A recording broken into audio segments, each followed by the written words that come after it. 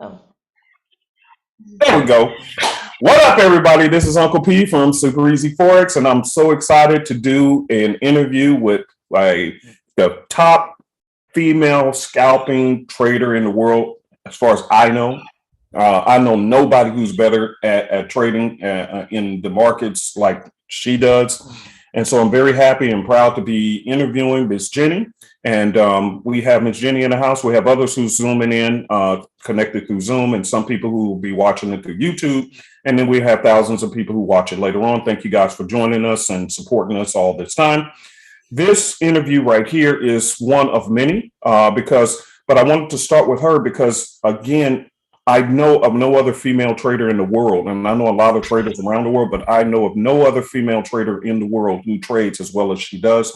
We're going to be interviewing her to just pick her brain to see her thinking process and many other things as we go along. However, before we get on this interview, I want to give you guys a heads up. This is the first of many. I'm also going to be interviewing a gentleman by the name of Mr. Elvis. And those who's in the Zoom, you know exactly who he is. He's one of the signal providers that sends out signals. We're going to be picking his brain and find out his thinking process because he's a swing trader. Ms. Jenny is a scalper. So I'm going to be bringing people in so that you guys can see from different perspectives how professional traders actually think when they're trading. Okay. In addition to that, I also have my personal tax accountant who will be joining us in about 2 weeks. I don't have the exact date. I don't have my calendar in front of me, but in about 2 weeks, I'm going to be doing a live interview with him so that you guys can understand what it's like and what knowledge you need to have so that as you're making money in the Forex market, you'll know what to do with the money and also how to avoid paying additional extra taxes on it. Because you guys know that you guys, as far as Forex traders, we get taxed at very high rates, but you don't have to always subject yourself to that. There's a way around that. And so I'm going to be bringing him in so that you guys can hear from a professional accountant what you need to do as you're making money in the markets. All right. With that being said, I'm excited to get started with Miss Jenny. Miss Jenny, how are you today, beautiful? I'm doing great. How about yourself? Doing wonderful, doing wonderful. So, Miss Jenny, first of all, let's start with something simple. How long have I known you, and how long have we been together, working together? Oh, I don't know. How long have we known each other? Man, I think a couple of years now, huh? It has been a couple of years. I think It's, what, four, maybe 3, 4 years, give or yeah, take. about 3 or 4 years. Yeah, and you. I kind of met you right when we were still an infancy company, not too big. Nobody knew much about us, and yeah, we've been working together for a very long time. And just so everybody knows, she is for those who haven't joined and those who's just watching us who don't know who we are and all those kind of things. And you're still kind of doing your educational portions.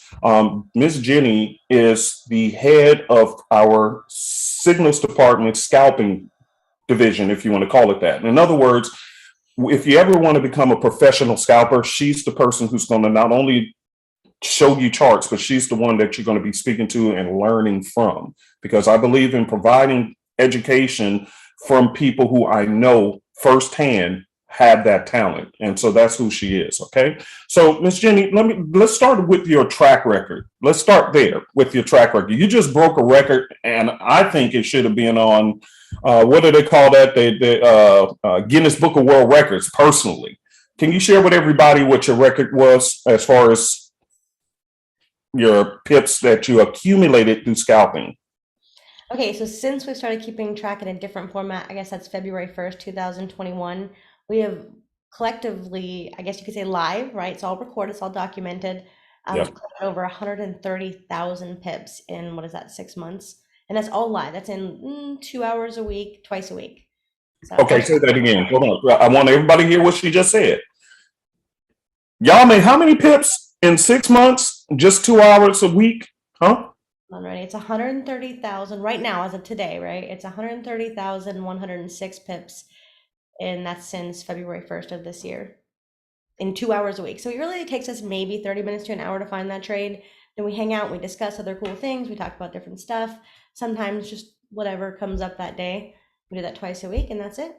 Okay, hold on. That's mind blowing. Okay, that is literally mind blowing. And we have an audience here. We and I can see your guys' comments there. And let me see if I can see them here. Uh, Oh, hold on. Let me see. I forgot. I don't know if I turned on the comment section. Oh, sorry if I didn't over here and on YouTube. If not, I apologize. But here's the point. Point is, Miss Jenny, that's insane.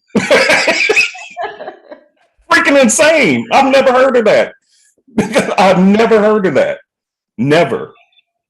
Let me ask you this. Do you have your win-loss record as well for the last couple of weeks? That's still hovering right around 89.8% accuracy overall. Wow. Wow. That's insane. Okay. So here's my first question to you. How did you get started in Forex? Like a lot of people, IML, well, actually, more accurately, I was kind of in the process of a big life change. I was looking to get into Bitcoin. A friend of a friend through different business connections said, "Hey, this is how you're going to learn about Bitcoin." And we got in touch, and of course, she introduced me to IML. I blared through it, busted through it, made some money up front, and then spent the next year losing, like a lot. Mm, And then I ended up coming across you guys. There was too much information, it was over analysis paralysis, right? mhm.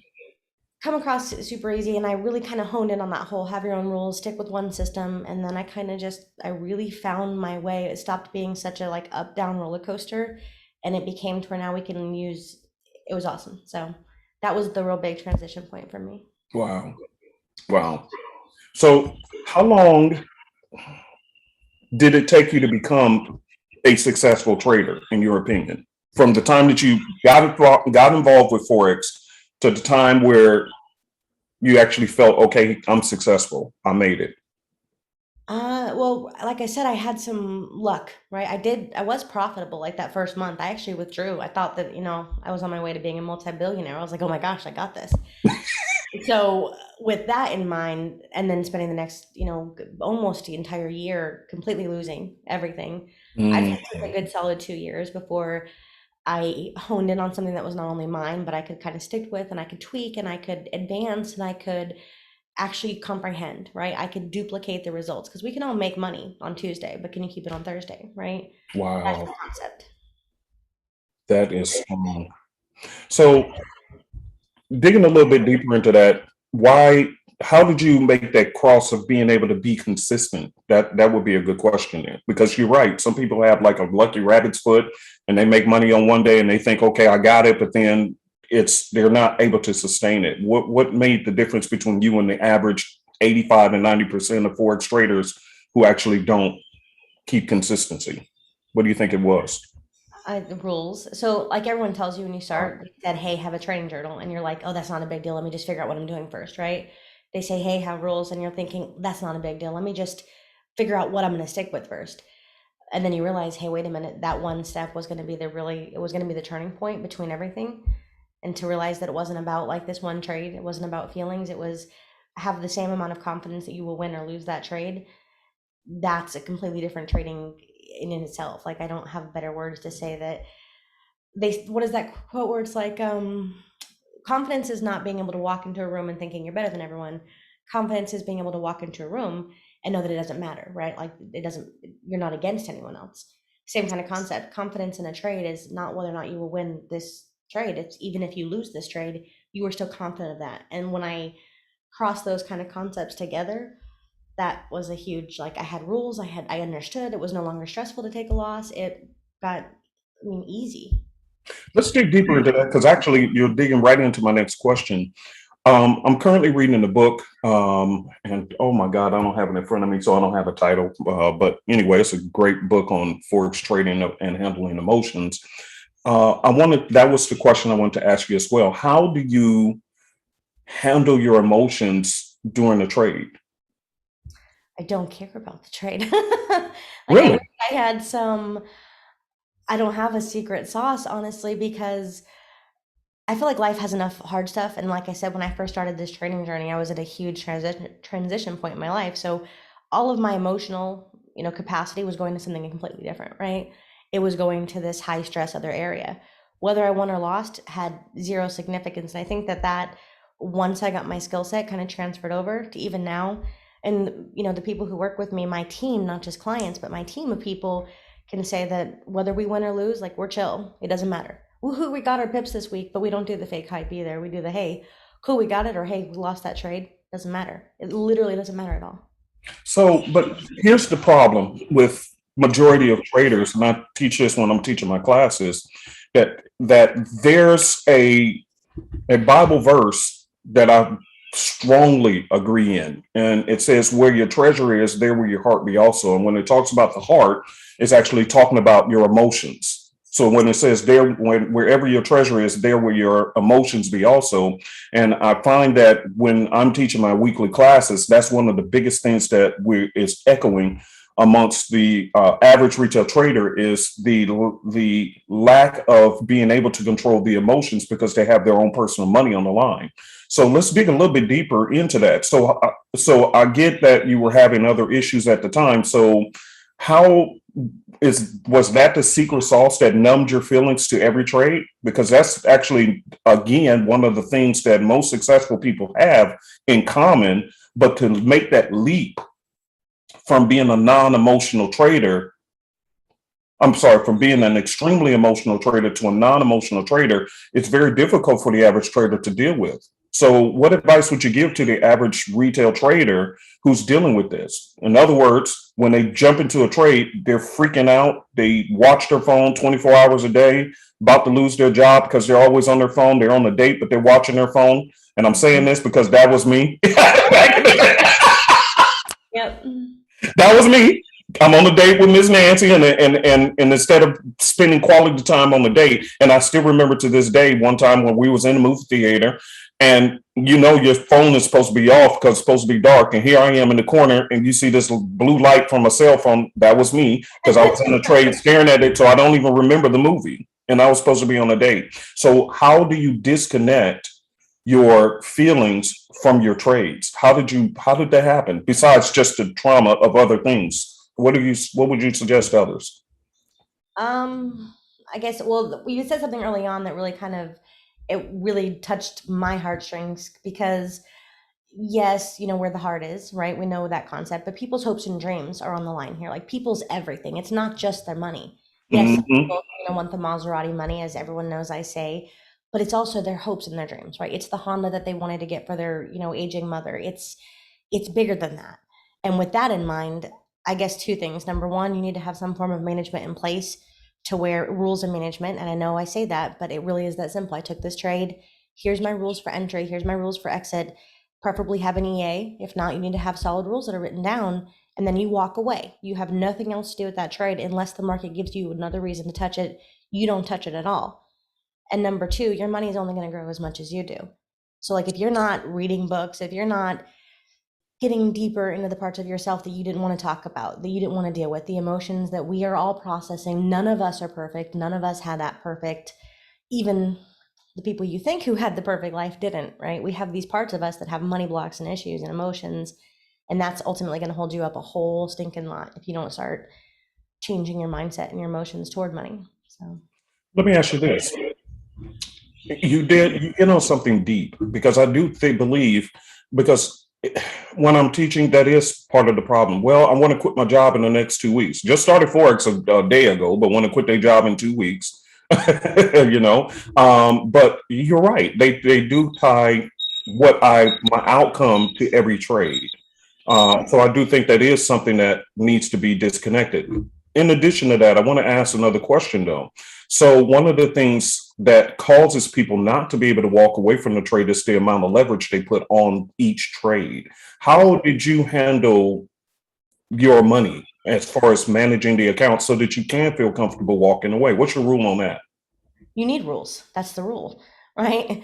So you and I can talk for like 5 hours, and the reality is we cannot come up with one set of rules today for every person that's even, tuning into this Zoom right now, because they're all using different amounts, brokers, they're trading different pairs. I mean, so we can't say, hey, these are your rules because some of y'all are trading US 30 and some of y'all are trading, GBP USD. It's not going to be a one size fits all. Some of you guys have the kind of disposable income where you can afford to redeposit your money every month and treat this like a career, right? So some of people have better access. Some people, this is $200. They're living off of somebody else's paycheck. They have no income of their own.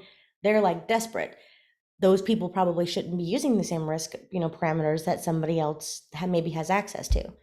So I think that, ooh, I totally had an answer for that. No, I totally forgot. Sorry. But that's kind of the point is rules. It's going to come down to rules, period, at the end of the day. So I think that that is a good one. We try to come up with strategies all the time. You know, that's the big thing in the Forex market. Hey, what's your strategy for this? What's your strategy for that? But I do believe you hit on something key. We don't have a strategy to manage ourselves. We always trying to find out strategy to manage the trade, enter the trade. Here's my trading rules. What was the setup? Well, I see in supply and demand, support and resistance. I see in the Elliott wave theory. I saw this, that, the don't you own channels and everything else. You understand what I'm saying? You understand? You know, you got all these different strategies for the charts, but not one rule for your emotions. Okay, first of all, I know why we get along because you pronounce that about as good as I pronounce Ethereum, which haha, I got right. I only Yeah.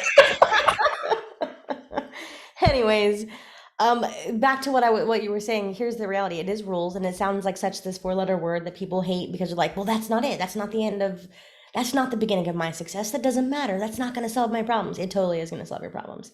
But people overestimate what they can do in the short term and underestimate what they can do in the long term, right? Because 20% a month, okay, on a $10,000 account makes you a multiple six-figure income earner at the end of the year. Seriously, 20% a month. And let's be honest, most banks aren't doing that. What is it? Warren Buffett didn't do that. Whitney, whoever didn't do that. None of these people have done 20% a month, but we have access to not only the systems and the strategies and the tools to actually do 20% a month. And that's on the low end. We can actually beat that by multiple times. But people don't like the way that feels. 20% a month feels like 2%. It feels like 0.5% in gains today. It feels like, okay, well, I made $15 on $100, 100 on $200 account. It doesn't feel like very much. And because people don't feel like that counts, it doesn't matter because they're overestimating what they can do today and they're underestimating what that looks like in a year. So here's the deal. One of the things I talk about during class is 401k trading, 401k IRA trading. And that's where, as I explained to them, when you're doing 401ks and IRAs, which is tied to the stock market, a lot of people didn't believe, oh, I'm not into the stock market. I say, yes, you are. If the stock market drops, have you noticed that your 401k did too at the exact same time? Oh my gosh, you're right. Yeah, exactly. But here's the point.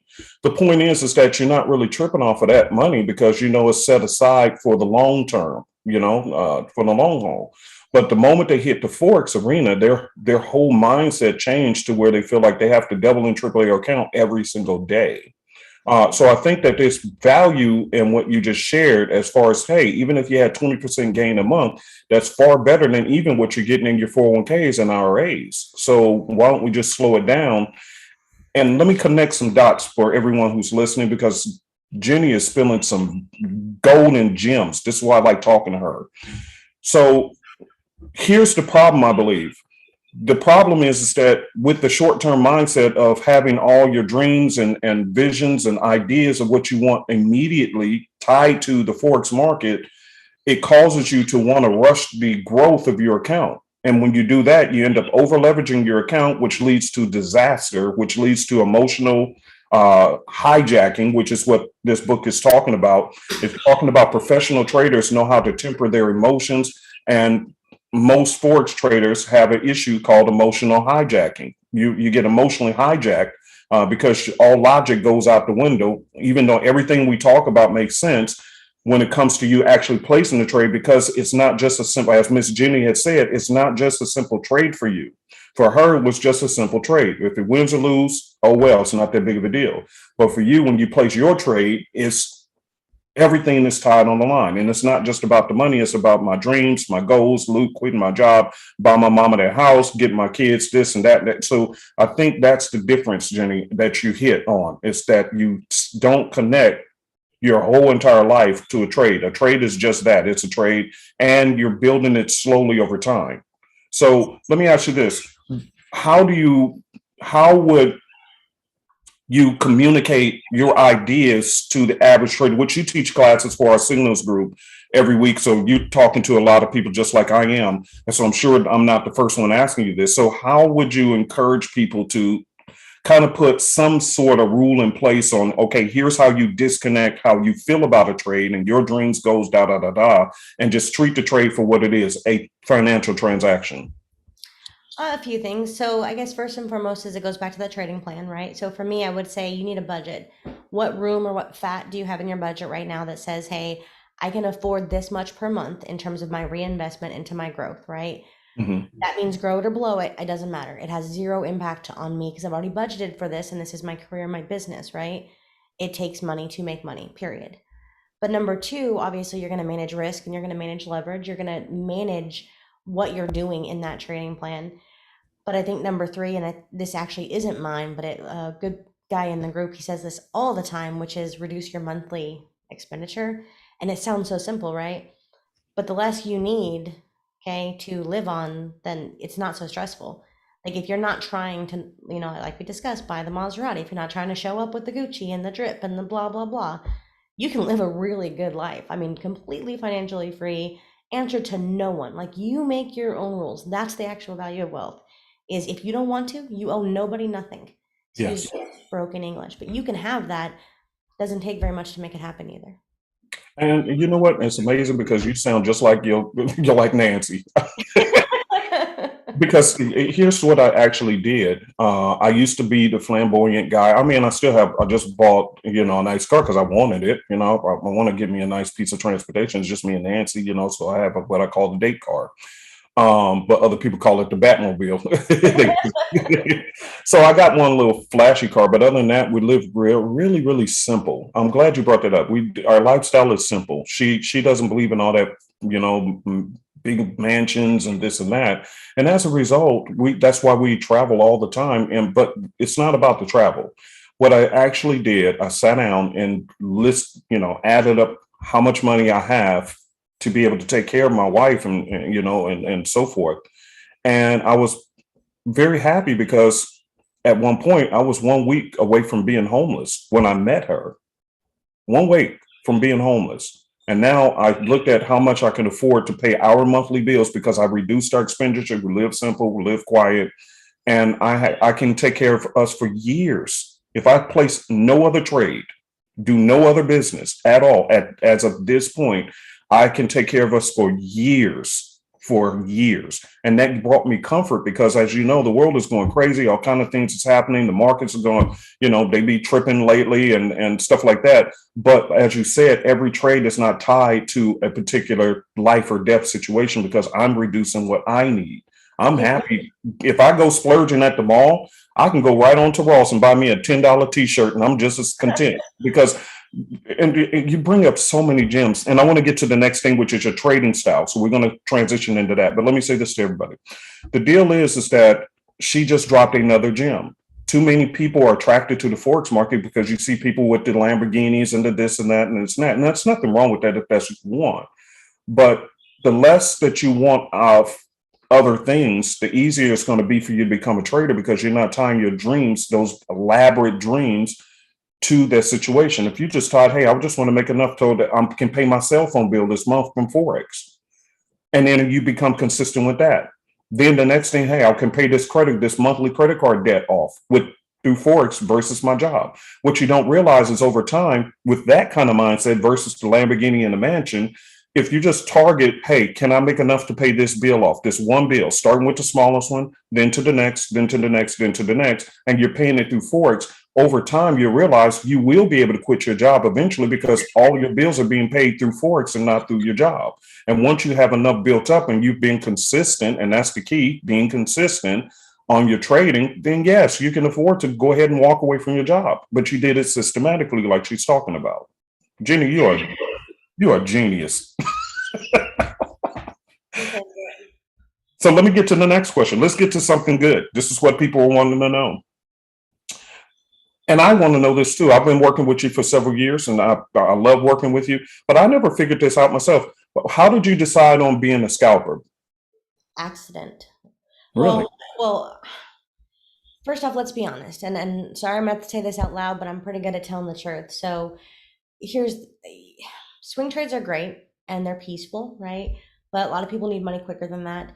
The market was getting a little bit weird, pre-COVID actually. So pre-COVID, the market was getting a little weird. Yeah, yeah. Gold was acting funny. Now, of course, in retrospect, we know that now, but at the time we couldn't explain it, right? Hmm. Just there were some dynamic changes in the market that could not be quantified, at least for somebody where I was coming from, who pays very little attention to fundamentals, as anybody knows. So with that in mind, completely by accident, we were looking for the best possible trading systems, and I love learning new strategies, and I love the concept of being able to make almost any strategy within reason work within good management. So the one we're using now, it works so good as a multi-time frame tool. It works so good as a multi-time frame baby entries, and it's so easy because like some of us come to the chart like I was so over people saying you had to trade London. I was tired. I have kids. Like I Yeah, can't yeah. be at the market in every session. Like I was so over the whole concept of okay, hold, hold, hold. And then the spikes happen. I don't want to be looking at my phone or my computer.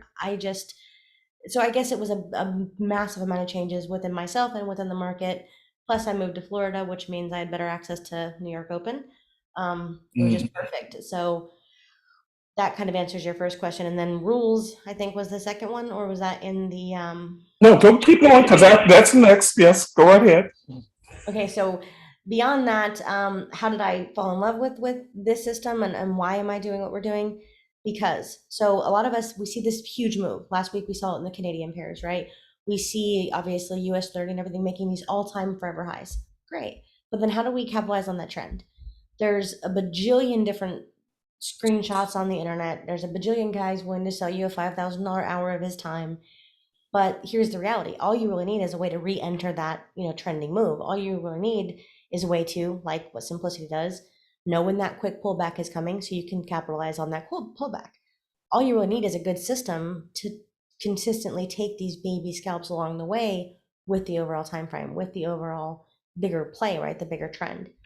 So for me, I can come to the chart for an hour, less than an hour in most cases, take some trades because I'm looking at indices. I can get thousands of pips a minute and then go on with my day. Not a bad way to be. Like, A and bad way. mm-mm. So let me ask you this, because, and this is why I wanted to start my interview with you first, because as you and I both know, having been in this game quite a while now, the majority of people who enter into the Forex market, they come in trying to be a scalper and find zero success. And so I wanted to interview you because I know a lot of people want to be scalpers, but they are not successful at it. And you're one of the rare ones, not just a rare one, but you're a rare female trader at that, you know. So how did it work for you when it doesn't work for about 90% of retail traders who come in being scalpers? And they've studied tons of strategies, bought tons of systems and all these different things, and they're still losing after all this time. And you blossomed. How did that happen? I feel like that was loaded, first of all. Having said that, remember 98% of people who enter this market fail anyways. Whether they're Yep. trying to do stocks, binary, whether they're trying to do any form of what we're doing, 98% of people fail anyways. So let's take that in perspective. You're still only working with 2%. And that's, goes into all the tried and true conversations where, 98% of the population is dead or dead broke, but 65. So we're going to hone in on the 2%. Yes. 98% fail at swinging as much as they do scalping. They fail at binary options. They just don't know it yet. They're in the process of tripping their way to that failure. Same thing with swing trading. I Yeah. assure you that it just takes them a longer amount of time as a swing trader to realize this 3-year plan is a failing plan because they're holding it for a month or a position trader, right? Yes. That's all. The reality is, I feel like it's not going to be a higher level of success or failure based off of what strategy you use, particularly if you choose something that, again, first off, you can see your budget and your time allows for, your rules are conducive of. If you can have the same level of success with any of those things, stocks, in my opinion, need a lot more money to make a lot of money with stocks, but Hmm. Hmm. anything, pick your poison. You can have success in that arena.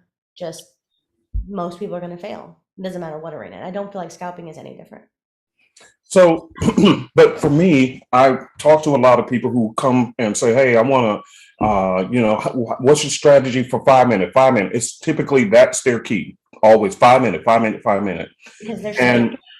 And my question to you is, and if you can repeat, because we have a lot of people who join late, what is your record as of the last the last 6 months, you said, what was y'all's trade record in pips? 89% and 130,106 pips in less than 6 months, all live. 130,000. And yes, all of your trades, because and for those who don't know her, she does work. She heads up our scalping group for the signal service. So once you join, you'll be working directly with her. And so therefore, everything is documented. It's live, no fake stuff and this and that. But the problem is, going back to what you said, how is that possible? Like you said, the average persons who enter into the markets only is about 2% who can walk away with their head held up high and being proud of themselves. And here you are, one of those people, and you dominate the scalping market. How did that happen? Oh, I wish I had some like really cool thing to say here. I don't, because I really honestly think it comes down to, if I can do this, anybody can do this. And I wish I had some other GoPro woman, female trader. I really wish I had it in me. I wish I had the secret sauce. I don't. It comes down to, you can do this. The 18-year-old can do this. I'm pretty sure my 11-year-old, if he had an interest in, mommy, could do this. I think anybody can, but it's going to come down to knowing thyself. They're going to look at your charts, they're going to look at mine, and they have to find what their eyes see, because even if I use the same terminology, even when it is accurate, their eyes are going to be a little different. Their management, their trigger finger, it's all going to be a little different. Even if it's only mildly variable, that variable still matters. So honing back on those rules, honing back on that management, and sticking with it. Like your trading career, you asked before we started recording, you said, how does somebody who has never traded before come to the market and be successful? And unfortunately, this is going to be live on YouTube. I don't know if it's unfortunate or not. I have a theory, okay? And I think if I do make this course for any of the companies like Super Easy or the other companies, I would make this course, and the course would look something like this. How does somebody go from zero knowledge or complete failure after 20 years? Because we do work with people who are 3 times my senior and have failed in the market for 20 years. So how would that person come, completely clear their slate, and potentially be profitable in anywhere from 4 to 8 weeks? Because I have this theory that says, if you do this, that, this, that, this, that, in this specific order, and you tweak and you manage and you only tweak within the set of boundaries that are given, you, in theory, should be able to be profitable in 8 weeks. If you have a really steep learning curve, it might be 12. If you're really, really resistant, it might be 16, but it shouldn't be longer than that. And that's what I would do, is I would literally come in, we're going to analyze what you do, analyze your wins and losses, we're going to analyze everything, and we're going to tweak it along the way. And with a specific set of criteria, those are the people, I think, after so many days, weeks, and months, would be very, very short term to get you from zero to hero, zero to profitable. So let me ask you this: who influenced your trading as you were migrating from being the average retail trader who loses money to being able to create and design your own system of success? Oh, I hear voices all the time, like that country song. So I would hate to leave anybody out in terms of my journey, because there's so many people I think who have made an enormous good impact, and even the people who I've learned from on the other side of the spectrum. I learned what I did not want to do. I learned what I did not want to be, right? So I don't want to leave anybody out, but obviously there were several amazing coaches within IML. Sean Sutton is one of them. I still work with him to this day. No nonsense. Believe it or not, I've messed up his name forever, but finally, after 2 years of saying it publicly wrong, somebody corrected me. So I'm not going to say it today either. But no nonsense trading is who that is. Mhm. You have obviously Scott, who's in my group. There's a couple people who's in my group who I think are continuing to help mold me. My good friend Ray, we have traded together one-on-one for a lot of years. One of my business managers who live here in Florida, he is constantly inspiring me to rethink my box. And he is not a trader. Like, he's horrible at trading, but he Wow. helps me to rethink my box enough to adjust my box. And I think that's important. So I think there's a lot of people. And what books do you read or have read? I read endlessly. I read endlessly. So obviously trading in the zone, market research. I love Ray, whatever his last name is. I read all the time and I listen to a ton of audio. So I'm a horrible person to ask. I would say keep reading. And if you don't get it, you need to read it 3 times. If you're using an Audible, you need to do that 6 times to retain the information. but keep going. Yeah. Let me ask you this question. I think this is another thing. And if for those who've been listening to you for a little while, I think you guys are picking up on the same thing. My question to you would be, do you think you're a logical thinker or an emotional thinker? In life, I think I'm really working on not being as much of an emotional thinker. I'm even my current book right now is emotional awareness. It's really good, but and really painful to read. In business, I feel like God wired me to be, I'm very programmed for risk. I don't see risk. I only see the reward. As in, like, if I succeed or fail at this business, it doesn't matter. So I'm gonna have to, believe it or not, say I'm still wired for logical emotion because and that sounds twisted, but I actually mean exactly what I said. It was not a mistake to say it that way because it's very illogical for me to have that much faith in my reward and completely dismiss the amount of risk. But in business, I am, and I always was in other industries since I was like 17. I was always really programmed for win, lose, or draw. I can handle this, period. And that's actually illogical. So I'm going to have to say emotionally logical for business. Let me say this. I have another friend. And if I and I'm one day I need to introduce you guys. She was actually my accountant before I switched over. She started doing some other things, so she turned me on to my new accountant. But I'd actually just talked to Christy yesterday, day before yesterday, and I swear to you, when I talk to you and when I talk to Christy, you guys are pretty much exactly the same. I swear to you, beautiful people, beautiful women. But when you talk to you guys about other things, then it's kind of like a switch clicks over and you become emotional on life circumstances. But if I talk to you about business, and instantly it's like a switch in your head clicks and you become this logical machine thinking person who is very calculated, very detailed, oriented, and very skilled. And I think if we're talking to how it from my, I've been working with you for the last several years in our group, in the Signals group. But if I was to observe that success, let me rephrase that. If I was to take a needle and stick it in and draw blood from you guys and put it through a scope and try to diagnose, okay, what's separating these two people that they're highly successful in whatever they put their hand to do, I have to say that DNA that you have the ability to switch off the emotions and just go to logical thinking when it comes to your expertise. And for her, she runs tax accounting business. She does all these different various of business. When it comes to you and your trading, you smashed a record. I'm telling you, the Guinness Book of World Records need to have, because it's documented, it's live. It's unheard of. Who does that? Nobody does. And I know some top Forex traders. You do too. Who does that? Nobody does that. Nobody has accomplished that. So if anybody knows the Guinness Book of World Records, they need to turn them on to Miss Jenny because she's broken a record. Okay. But the deal is when I talk to you about other things, we can have an emotional conversation. But when it comes to trading or business, immediately it's like there's literally a switch that clicks in your head that causes you to be very logical. And I'm pushing this point for a reason. Do you believe that could be one of the success keys to why majority of other traders lose and you're finding success because they attach too much emotion to their trades? And I know we talked about it a little bit, but I'm trying to circle back around to that because I think that if other traders are hearing where I'm trying to go with this, they can kind of see where their flaw is. I do, 100%. So something actually I picked up from you, you use the terminology emotional leverage, right? And it sounds so elementary, right? But it's really not.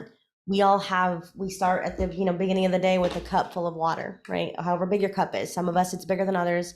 Predetermined or not, doesn't matter. We are going to have to work with what we've got. But you only have what you've got.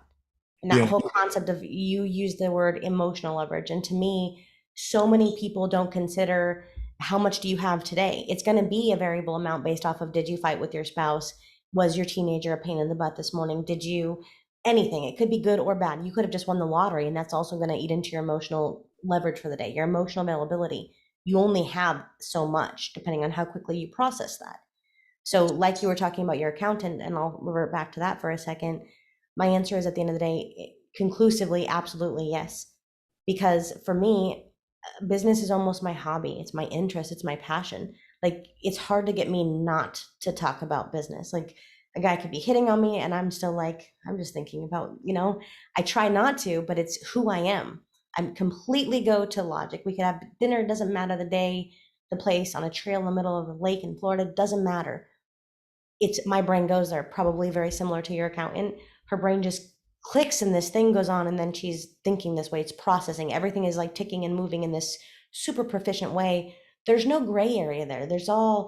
Everything runs smoothly. And because that's so simple, there's not a lot of an emotional baggage. That is increasing. And that's how I would say it, is because that is how I'm wired. Odds are, because that is how Christina or your accountant is wired, our level of emotional capacity is probably a lot bigger. So even the experiences we have aren't affecting us on the same way. Uh, so yeah, in short, So, yeah. so if that's the key, and I'm driving, and I hope you guys are taking notes and listening to where I'm driving this conversation, because again, having taught untold numbers of people around the world in trading and Forex, and Miss Jenny has done the same. She's, like I said, for those who don't know who she is the person who is over the scalping group in our signal service. Um, if you're not getting where I'm driving this, I want you guys to see what causes successful people to be successful versus the others. And one of the biggest factors, a matter of fact, I couldn't sleep last night. I stayed up and I was listening to some of Elon Musk, the guy over Tesla, PayPal, and all these other companies, SpaceX, and so forth. They all have something in common.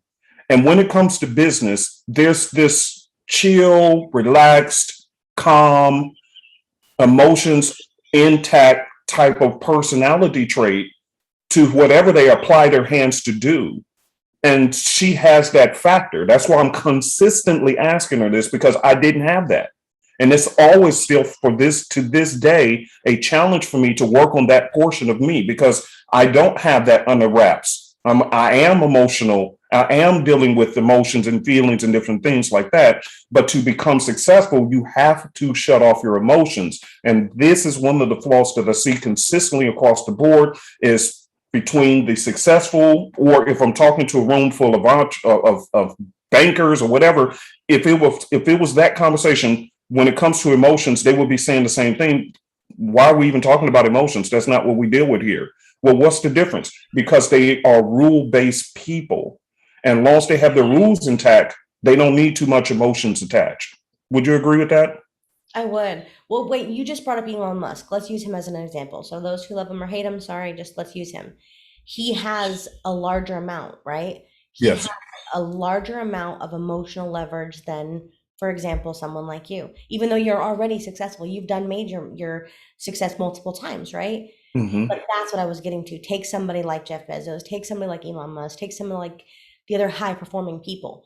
They run into problems 10 times anything what we've ever seen. They've experienced tragedy, catastrophe in their marriages, their lives, their children, money that we think we dream of, but that's their level of problems. Like that's their problem for today, not their goal for tomorrow. With that in mind, they have a higher capacity of emotional leverage, right? They have that higher emotional leverage, which is what makes them perform the way they do. At least that's a factor in what makes them perform the way they do in business and in success. And they all have it. And like you were talking about, I feel like mine is a little higher. Not, I don't know if it's Elon Musk level. It might be, maybe one day. But that's what, yeah, it So is let a me little. ask you this: would it be? Can we summarize and say that if you're going to try to be successful in forex or any other endeavor as an entrepreneur, you have to have a high level of threshold of dealing with pain. Yes. But that's just so, sorry to get super deep and I'm blaming on the book. Okay, you don't have to hold it against me for half a second, but that's just it. What you're calling pain isn't pain yet. And that sounds really bad, but it isn't pain yet. So, for example, somebody who makes six figures a year, they get a $15,000, plumbing problem this month. They feel it, right? But somebody who makes $25,000 a year and they get a $15,000 plumbing problem, it's catastrophic, right? Your Yes. level of pain today is not Elon Musk's level of pain, right? So to even say it's a higher threshold of pain, it's not. It's your higher capacity. And I think it really does come into the capacity because it's not pain yet. Remember, your target, or some of the people on this call, their target income is someone's bad day.